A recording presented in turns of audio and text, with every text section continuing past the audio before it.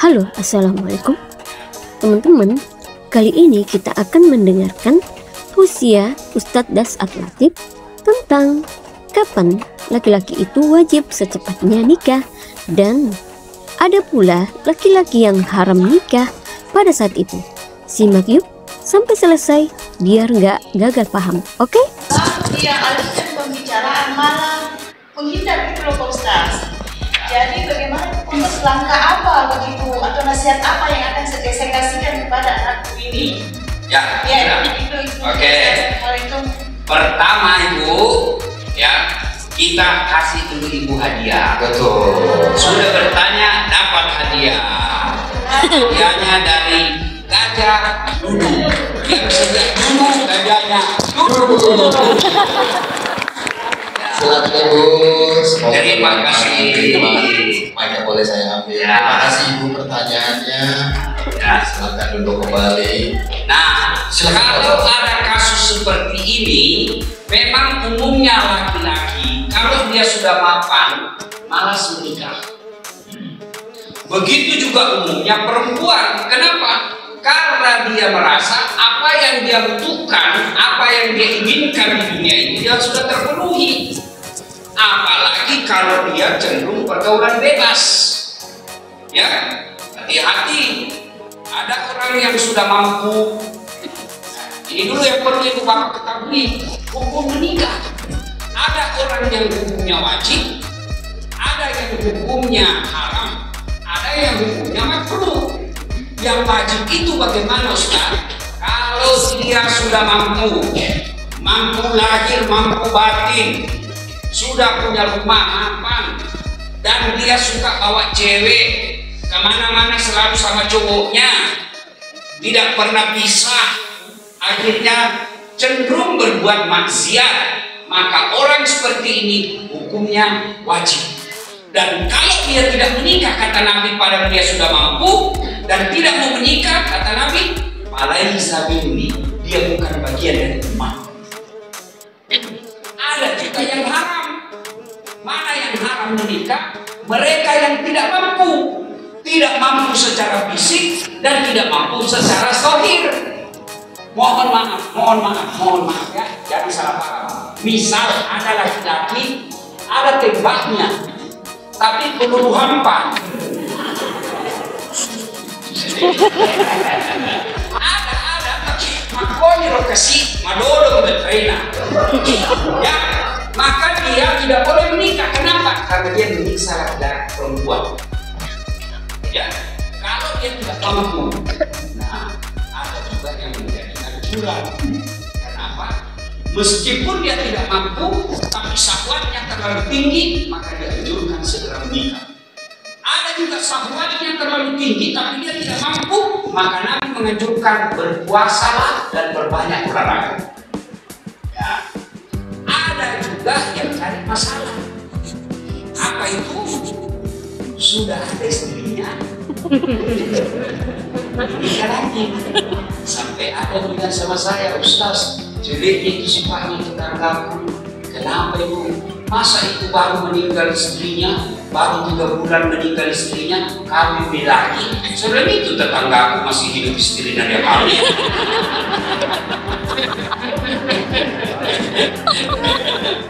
Ya, jadi Ibu, solusi kedua, kasih ketemu sama saya. Nanti saya nasihat. Ya, bisa jadi anaknya Ibu pernah patah hati, trauma, pernah bisa mungkin ada orang dia suka sekali, akhirnya itu dia berkhianat dan dia menikah dengan orang lain, akhirnya dia tidak mau lagi menikah. Ya, nah mudah-mudahan doa kita malam ini anaknya Ibu segera terbuka jodohnya. Ya, jangan sampai bapaknya yang terbuka. Tapi Pak Ustaz, tadi Pak Ustaz sempat bilang mungkin anak dari Ibu trauma, pernah ada kejadian seperti mungkin ditinggal pasangan sebelumnya dan lain-lain. Nah, kalau untuk menghilangkan traumanya itu sendiri Pak Ustaz, mungkin ada tips dari Pak Ustaz? Ya, Orang yang mau menghilangkan traumanya itu tentu yang pertama mendekatkan diri kepada Allah Subhanahu wa taala. Ya, tidak mungkin jiwa dan perasaan hati akan tenang kalau jauh dari Allah.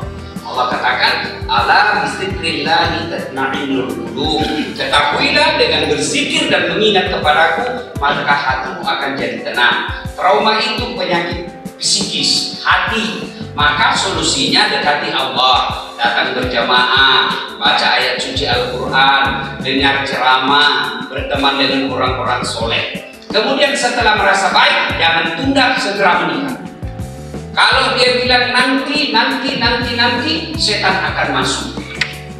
Banyak juga orang menunda pernikahan karena dia bilang apa? Saya cari yang cocok, sempurna buat saya. Kalau cari orang sempurna, maka dia tidak akan dapat.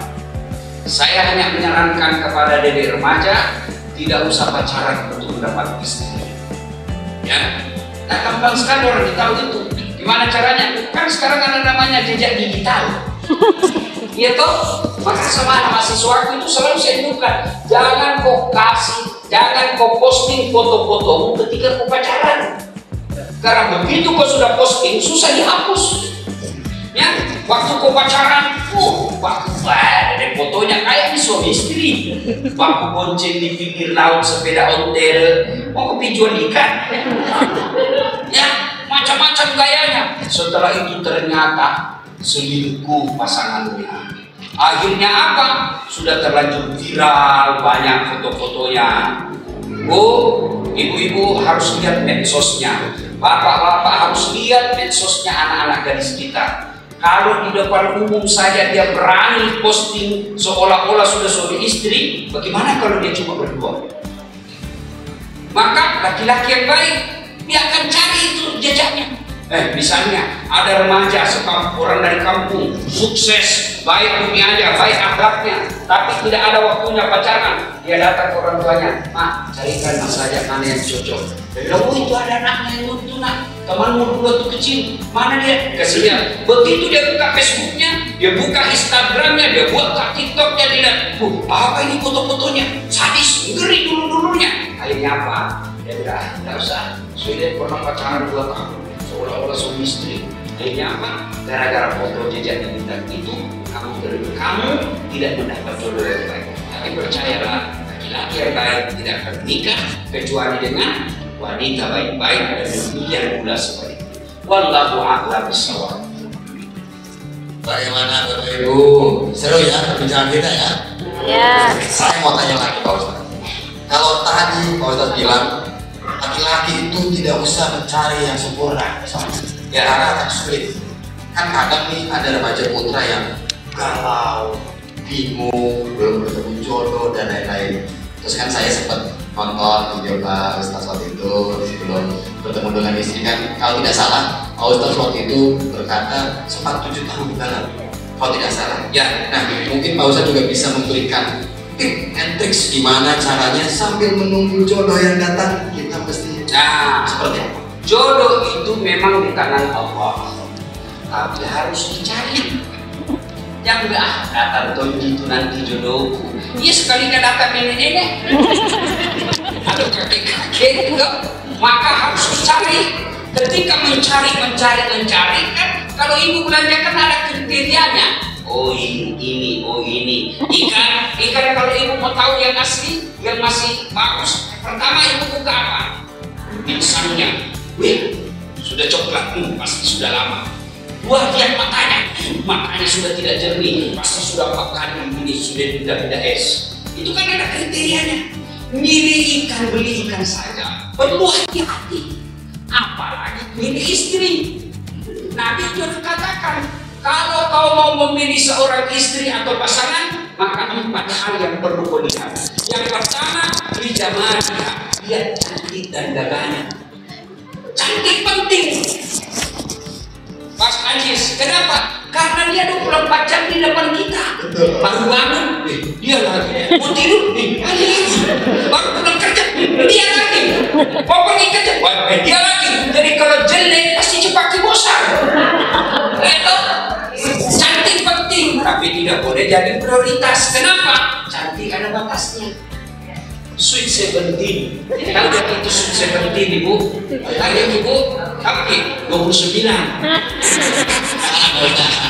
28. 17 tahun. Cantik. Satu kampung terpesona kalau dia senyum. 17 tahun. Balik itu angka 17. 71. Masih cantik kok. Senyum, lari cucumu dikira mau digigit. Itu syarat pertama, cantik. Yang kedua, kita lanjutkan setelah pesan-pesan berikut ini. Jangan kemana-mana, tetapi gaspol sahur.